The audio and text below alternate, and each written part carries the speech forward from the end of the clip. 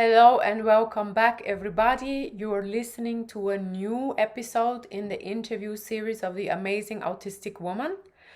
I'm Tanya, your host, and I'm happy to have you back. In this series, I interview women on the autism spectrum, showing their everyday life struggles, problems, and limitations.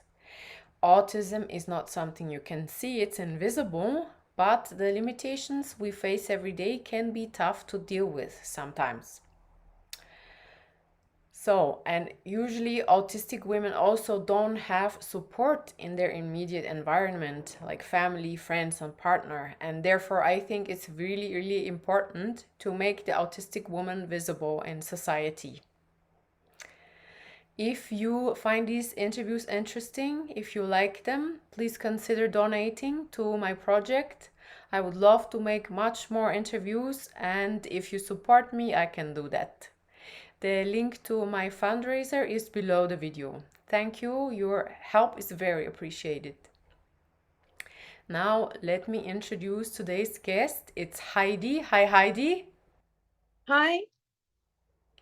Heidi is from the US. She's married and has two grown sons who are also neurodiverse. And Heidi is working to help families with autistic children. So, Heidi, how did you get diagnosed and how did that change your life? Well, my oldest son, Julian, was diagnosed at age 8. Mm-hmm. And the way that this happened was he started showing, he started having, I guess, what you would term meltdowns in class at school. Mm-hmm. And I remember coming into the school just to peek my head in to his classroom.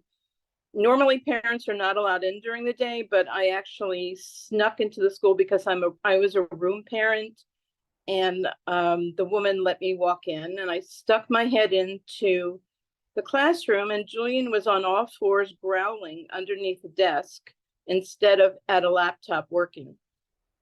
And it horrified me. And usually, my expectation as a parent was I was going to poke my head into his classroom and see him working, and I could smile and walk away. And instead, I saw him in the midst of a meltdown. So I did, in fact, get a glimpse into what was going on at school that flagged him for being evaluated. So he was evaluated by a school psychologist, and he was exactly 8.5 when the evaluation came through. And I was told at the time that this was a good age to get a solid evaluation because of the developmental stage of communication skills. Mm-hmm. I don't know whether this is still the way people feel about it, because the families that I deal with all have children that were diagnosed as toddlers. And Julian was diagnosed at 8, which would be considered late by today's standards. Subsequently, I immersed myself in what autism and Asperger's are. At the time, Julian, I think they did mention Asperger's. They don't, it's out of the DSM, but it's not out of people's vocabulary. And I think it's called autism level 1. He was diagnosed in the summer. And I remember we all sat and cried in the doctor's office. We were all, as are many parents that I work with, just, I wouldn't say terrified, but kind of under siege emotionally and mentally as to what this diagnosis was going to mean. So I immersed myself in the world of autism and Asperger's. And during this process, I realized that my father was textbook Asperger's.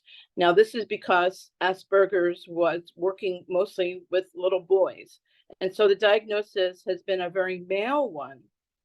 And so the hallmarks are all those that would be associated mostly with little boys as opposed to girls who present differently. So I realized first that my father is on the spectrum. And I went to a workshop. I went to every workshop, every seminar that I could.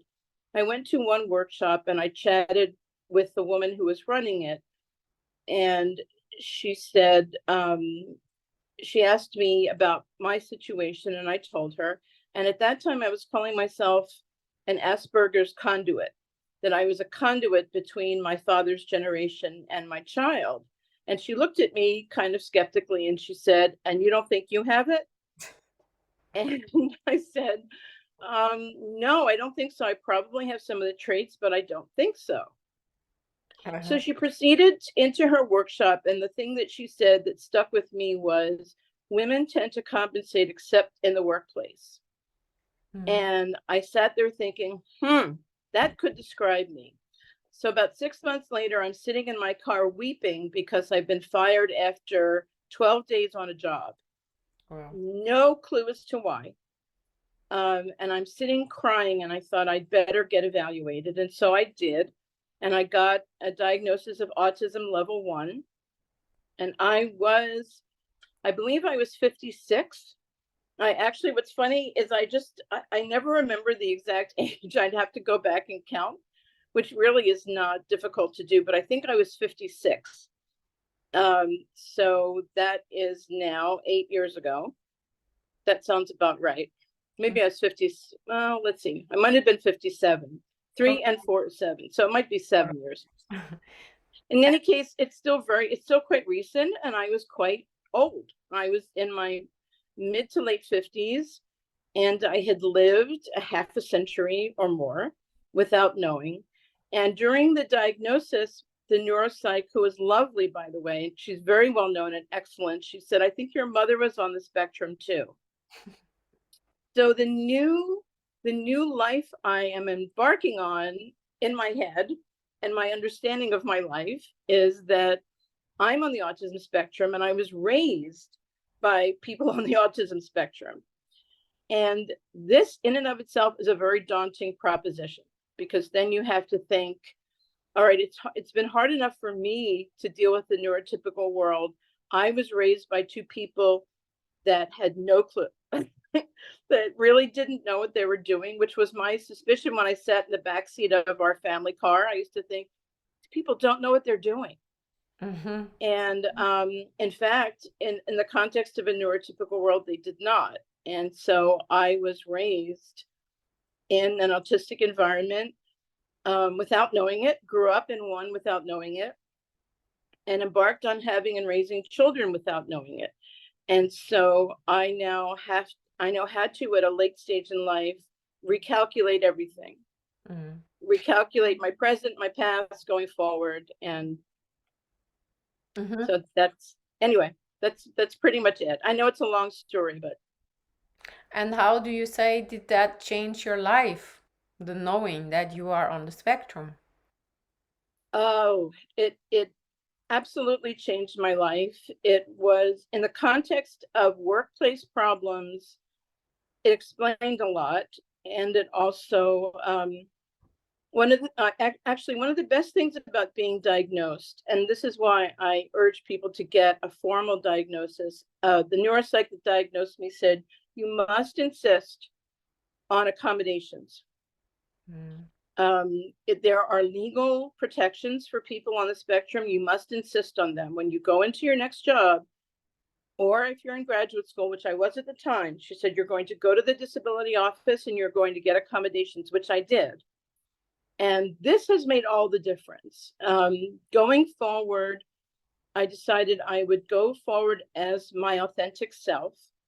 I was subsequently fired from 2 jobs for disclosing. So my initial experiences were not positive. And then last year I went through a training to be an autistic peer support.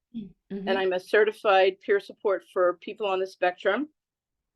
And that was when my life changed for the better. Now, this was at 63. So this is several years after being diagnosed and having had some terrible experiences in between. But I was, not only did I have my diagnosis, but I was with a group of people that were also diagnosed, being guided by people that were open to people with autism. And they helped me to get a job in the field. And so I went into my current job about a year ago, almost a year ago. with my diagnosis open as to what I am, and based on lived experience. So it was in a holistic way, a job that was based on my authentic self in a very profound way.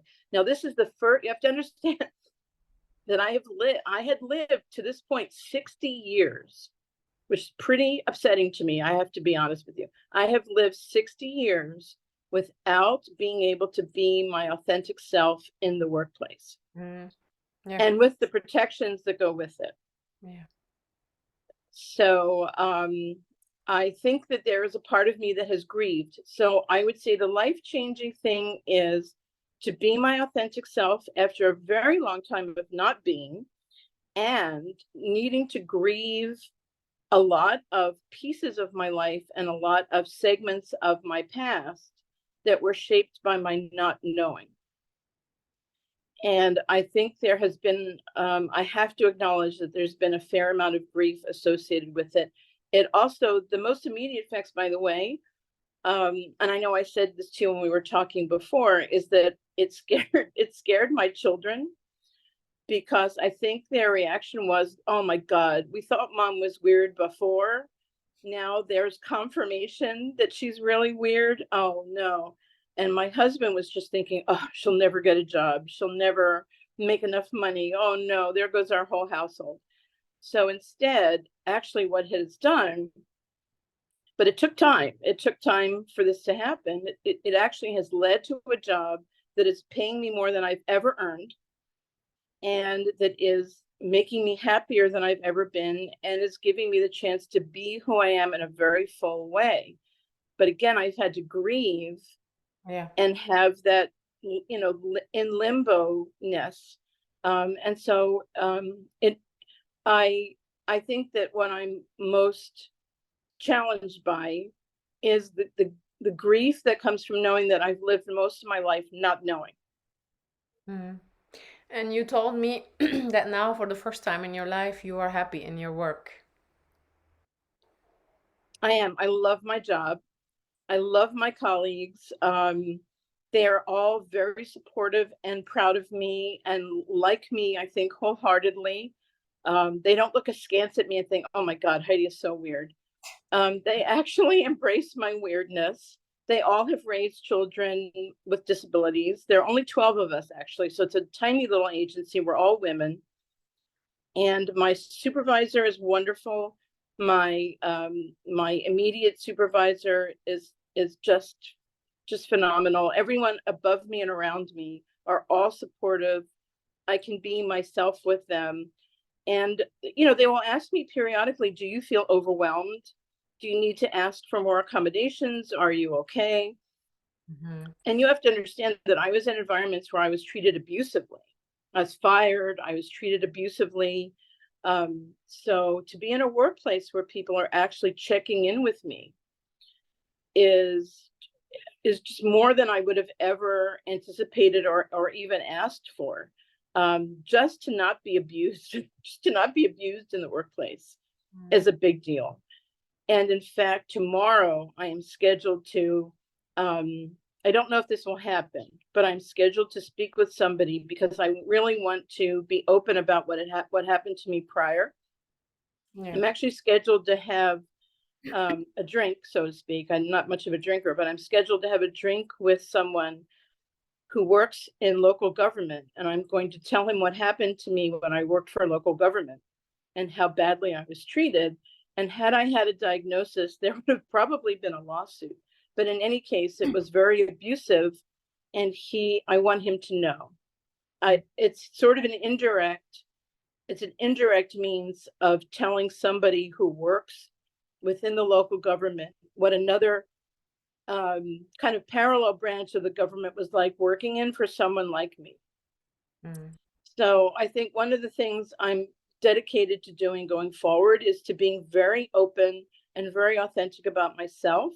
But I also want to heal some of what happened to me in the past by being open about it and by addressing it. Mm-hmm. Because there is, I mean, I don't think this is not something that will surprise anyone, but there's a tremendous amount of abuse in the workplace. And it is where women who are on the spectrum cannot compensate adequately in order to save themselves from being fired, abused, not given work, sort of stepped over. And so the workplace is very problematic. And when I got that wake-up call, and I'm very grateful to the woman that gave me that wake-up call in that workshop, because that is one of the things that I feel I am empowered to do now, albeit late in life, is to help other people understand the extent to which we are mistreated in the workplace. Our numbers for unemployment are staggeringly high, and for satisfying employment, staggeringly low. And I feel like one of the things that I need to do is to help that situation. And I need to shed as much light on it as possible, because the talents that people with an autistic brain can bring to the work world are also staggering, are also astonishing. And we are not being allowed to contribute to society to the extent to which we could, which probably would be in out of proportion ways to most people. I mean, I have to say that I'm very proud of having an autistic brain, and I think that we tend to, when we are able to contribute, we tend to really to contribute in astonishing ways. And the other thing that I would like to see happen is for well-known people to come out and to admit that they're on the spectrum. Yeah, it's going to be an interesting future for sure. Heidi, let us know a few of the limitations and problems you experience and that you think are from the autism. I get overly anxious and depressed when confronted with things that I think have to do mostly with social interactions. There are times when I have said something and I cringe for days afterwards, or I just think I've just blown that relationship. I said the wrong thing. I tend to be hypervigilant. I've always been hypervigilant without knowing why. But now I try to have a meta awareness of what I've said and done and what I'm about to say. And that in itself is stressful. Mm-hmm. But I think that my anxiety tends to be higher than I suspect that there's a kind of anxiety and depression that comes with autism, and I know that they do, that is much more overwhelming than it might be, next to some control group, whatever. But, my anxiety tends to be crippling. My depression tends to just lay me out flat. And my worry, my sort of obsessive worrying about what I've said, what I might say, what I did do, what I didn't do, is also something that holds on to me with a real iron grip. And so I spend a lot of my time in my own head being very, very worried about or anticipating something that I think is going to be too hard for me, or I'm not going to be able to do it. And even with the accommodations and the open amount of concern that my colleagues have, I'm still afraid to say to them, I can't do this, or I'm having trouble doing this.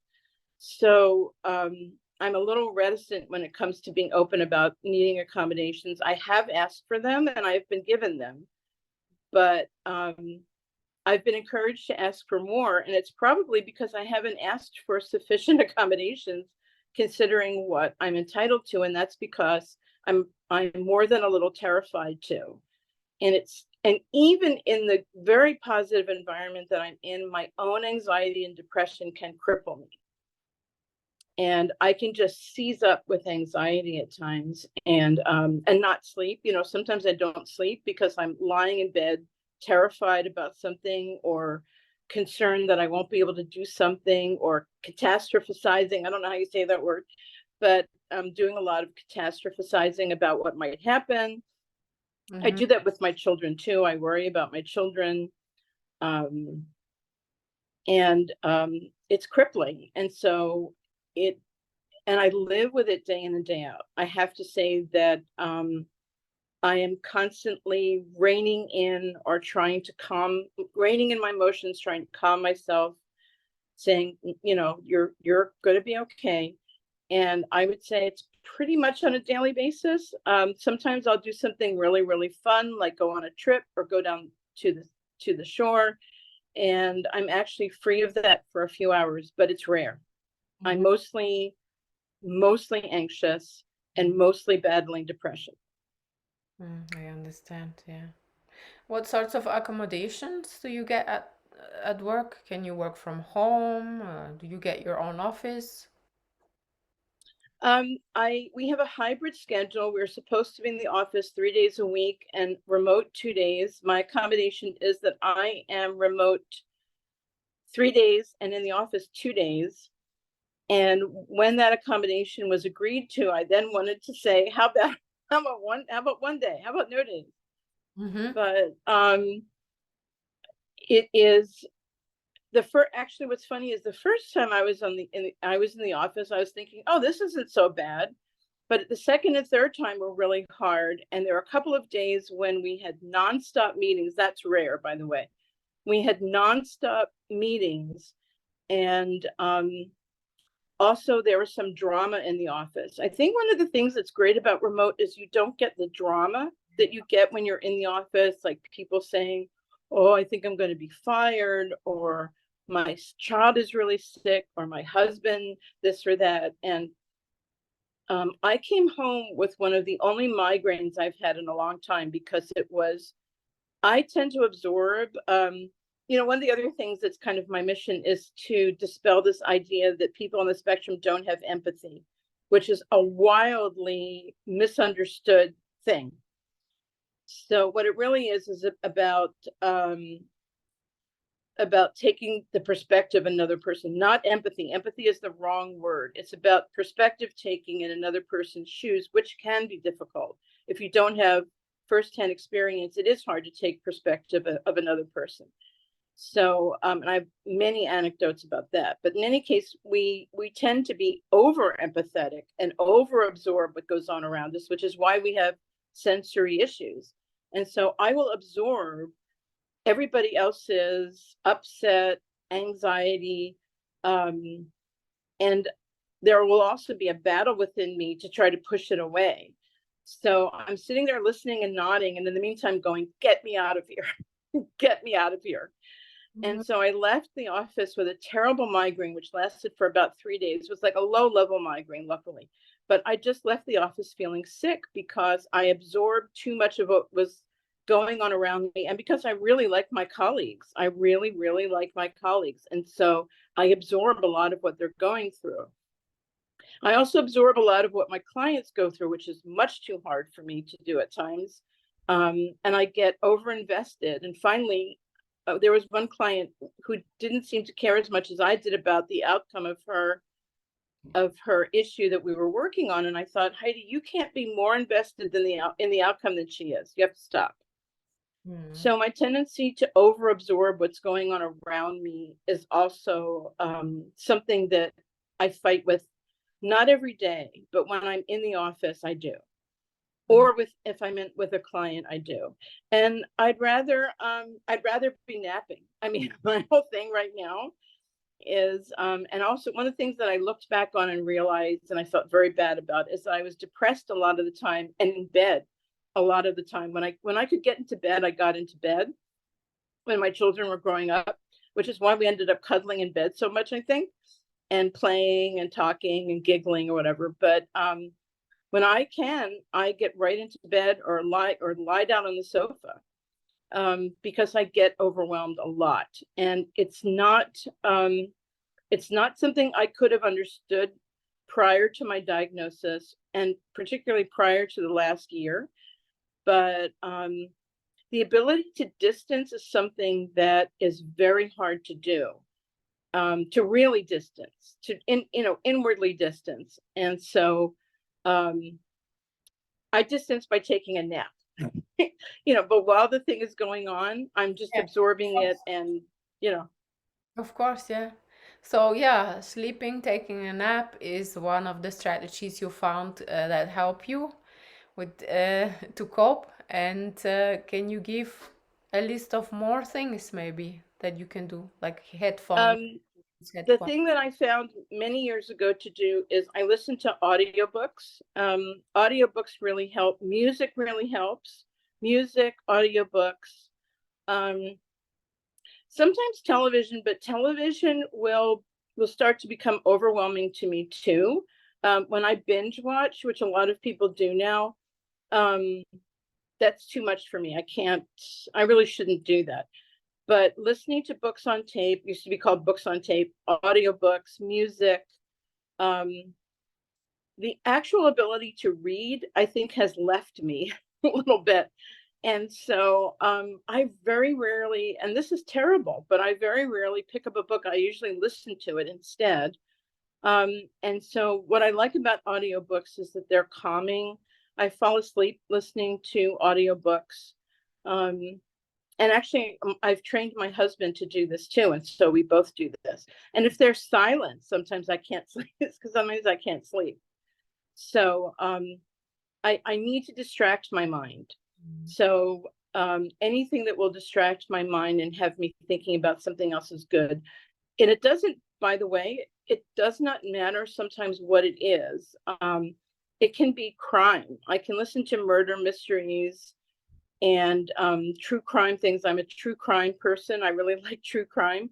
I can listen to a lot of true crime, and I wouldn't say that it's calming, but it distracts me from my real life, which in some ways, in more immediate ways, can be more terrifying than somebody being stabbed in Idaho. I mean, 4 people being stabbed in Idaho is easier for me to take than my own life, I suppose.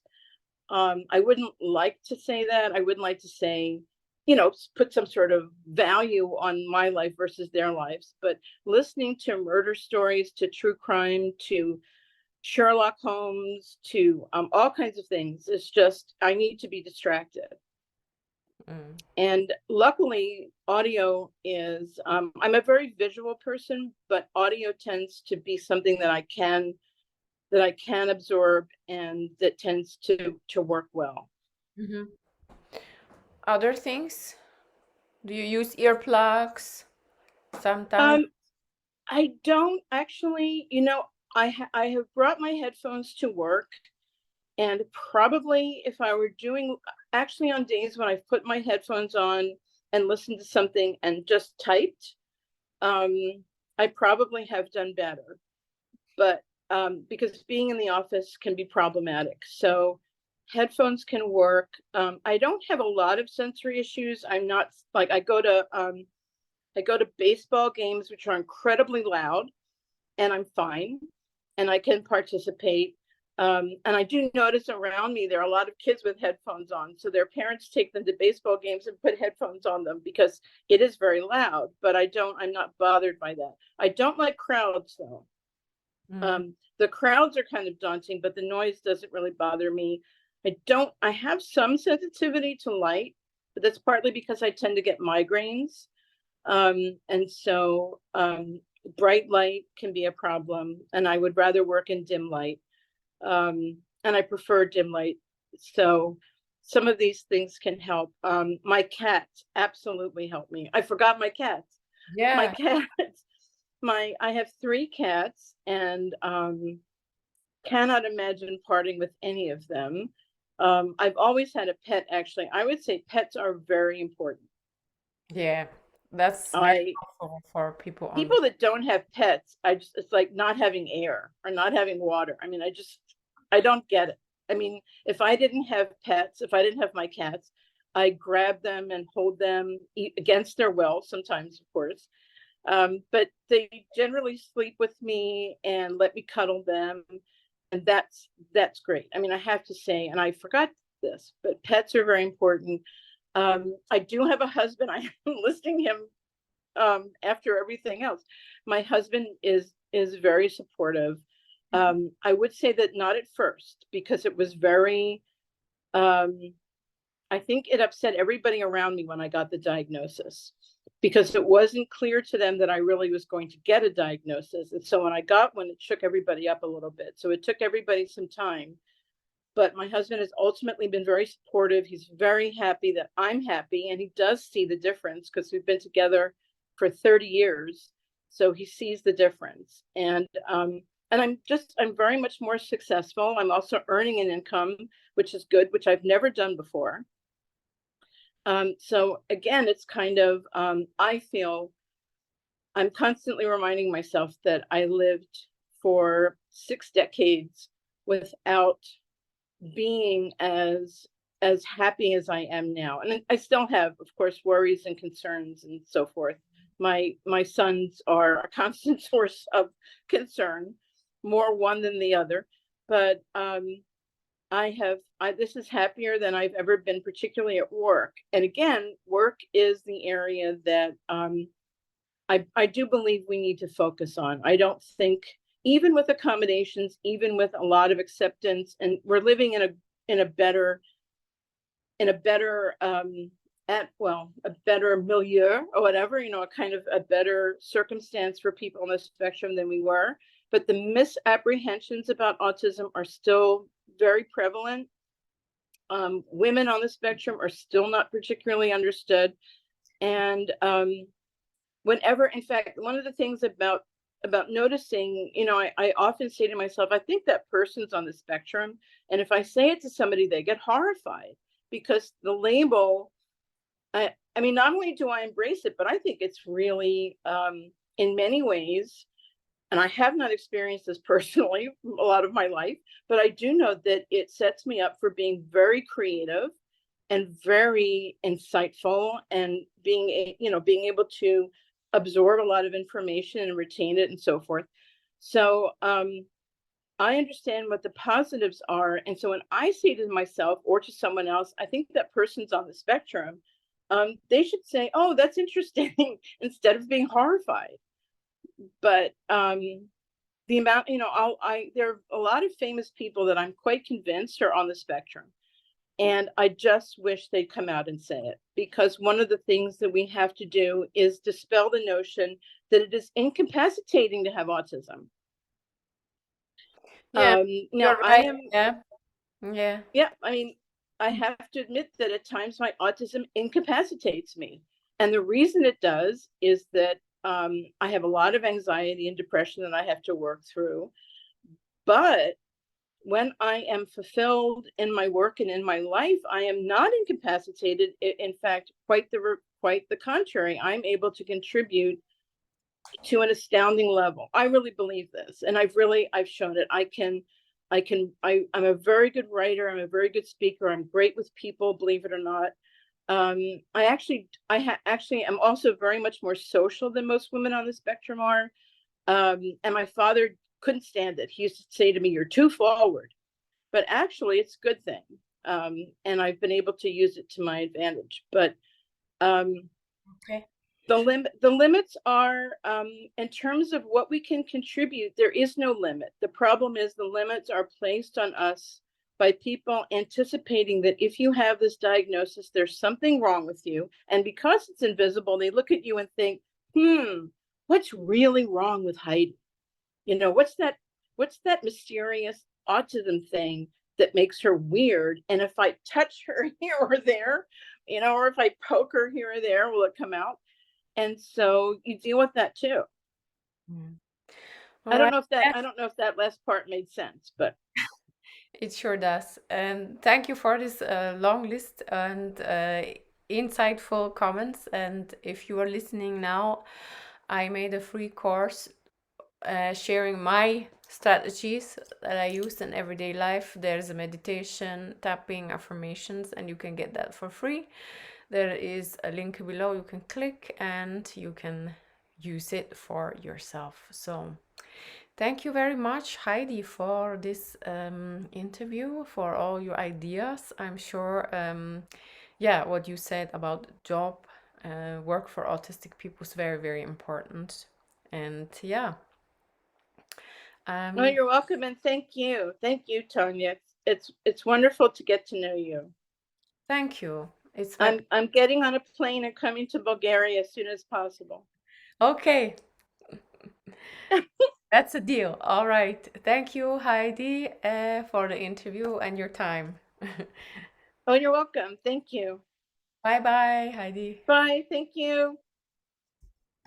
Take care, Tanya. You too.